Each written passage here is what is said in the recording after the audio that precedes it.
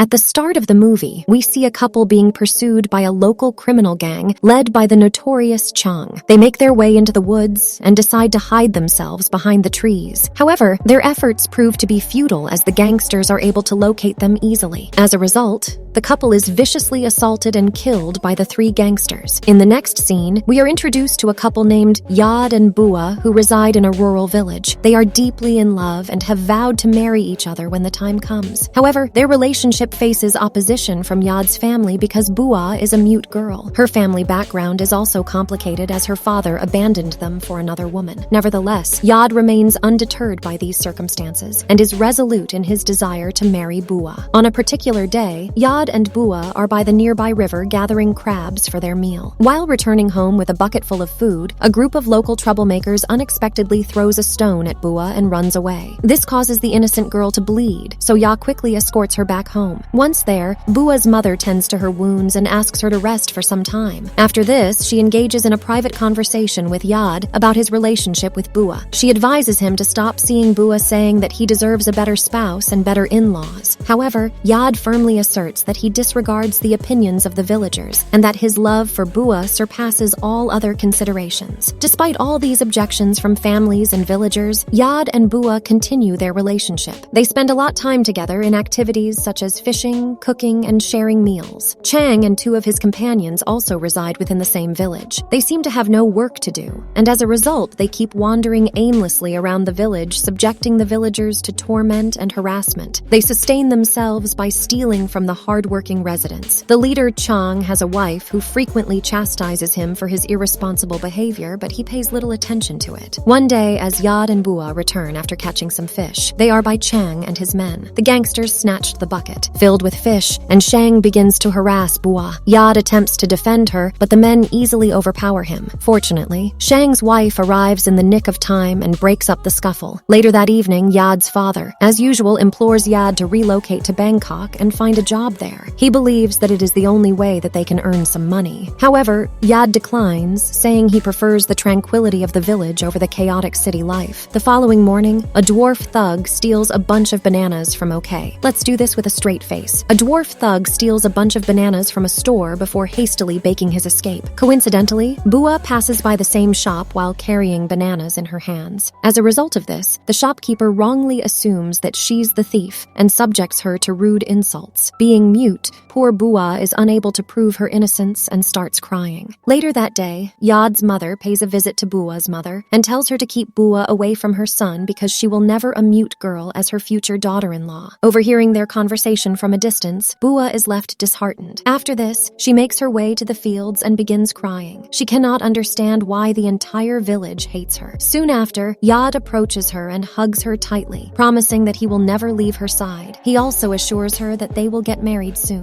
Later on, the couple proceeds to the river for fishing as Yad busies himself with adjusting the fishing net. Chang and his gang stealthily arrive at the scene and abduct Bua. They whisk her to the woods where Chang forcefully attempts to undress her. Bua valiantly tries to fight back, but her resistance only results in further violence inflicted upon her. Meanwhile, Yad becomes aware of his girlfriend's disappearance and upon searching the surroundings, discovers her abandoned slipper. This makes him realize that Bua is in danger, so he runs into the woods and starts calling out her name. Shortly after, he spots the gangsters brutally assaulting Bua, prompting him to engage in a fierce brawl against them. Unfortunately, Yad is of no match, and he is easily overpowered and knocked out. After this, Chang forces himself onto the poor girl and then murders the couple in cold blood. The gangsters then bury Yad and Bua in an undisclosed location within the woods. I was not expecting the story to change so abruptly. That night, Bua's mother anxiously waits for her daughter to return home. However, when the night passes without any sign of her, she decides to visit Yad's family, hoping they may have information. Through her dismay, she discovers that Yad has also not shown up. Later, the two sets of parents out to search for their missing children. When they reach the fields, they stumble upon the belongings left behind by Yad and Bua, further intensifying their worries. Soon after, they receive information from a villager who informs them that Shang and his gang were pursuing the couple the previous day. With this knowledge, the parents confront Chang at his place. But as expected, the notorious gang leader threatens them and sends them away. Finding themselves at a loss, the grieving parents decide to report their children is missing at the local police station,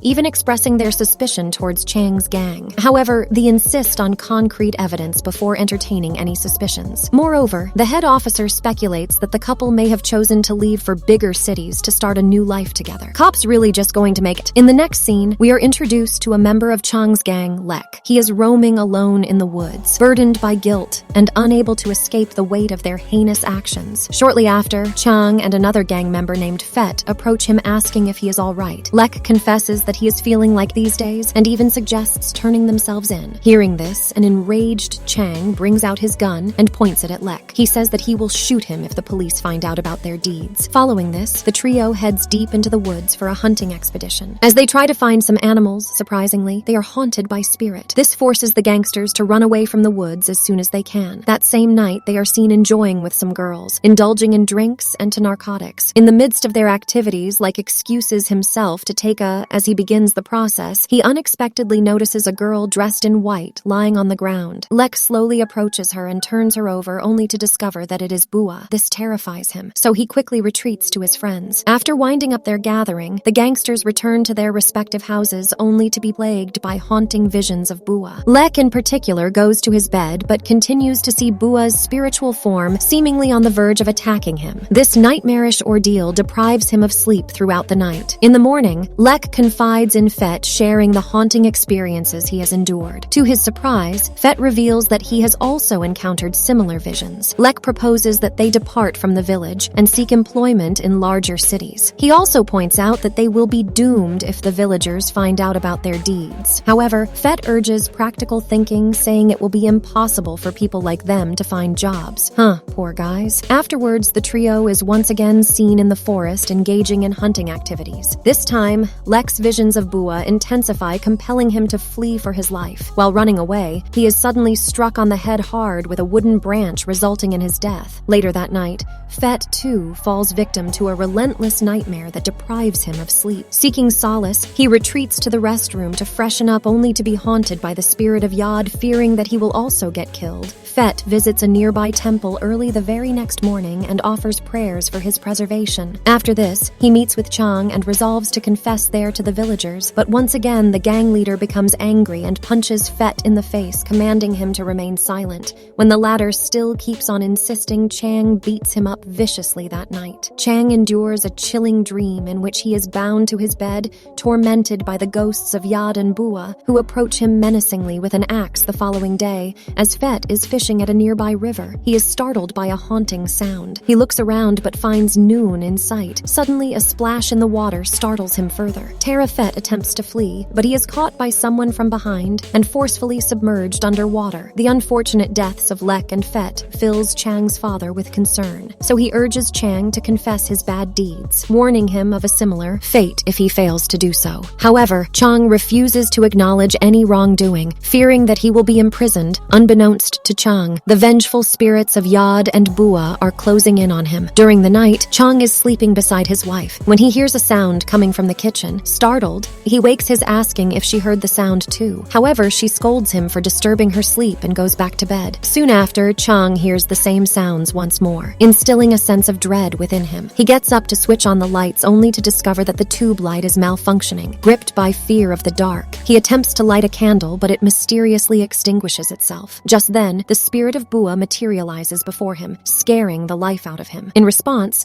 Chang hastily grabs a knife and repeatedly stabs the Go figure. However, he soon realizes that he has stabbed his own wife, resulting in her death. Chang cannot believe what he has done and starts crying like a baby. Right then, an unidentified figure appears behind him and strikes him unconscious. After a while, Chang regains his senses and finds himself restrained. To his astonishment, Yad and Bua appear in front of him, both seemingly alive. Here, the truth is finally revealed. Shortly after the gangsters had buried the couple, the rain poured down, causing them to regain their consciousness from their lifeless state. Then, despite their injuries, they somehow managed to free themselves from the suffocating mud, supporting one another. They tended to their wounds and took shelter in the forest for several days. Slowly but surely they recuperated, fueled by an unwavering determination to seek vengeance for the evil deeds committed against them, believing that it will take evil to destroy evil. They began to haunt their tormentors tormentors to the worst extent possible and then killed them one after another. Hearing their revelation, Shang pleads for his life, the plea once uttered by Bua in the past. However, with the tables now turned in the couple's favor, they disregard his pleas and finish him off, finally completing their revenge. Please tell me there's a post-credit scene about the banana dwarf thief. Subscribe for more videos like this, turn on notifications, and leave a like to help the channel out. Thank you for watching.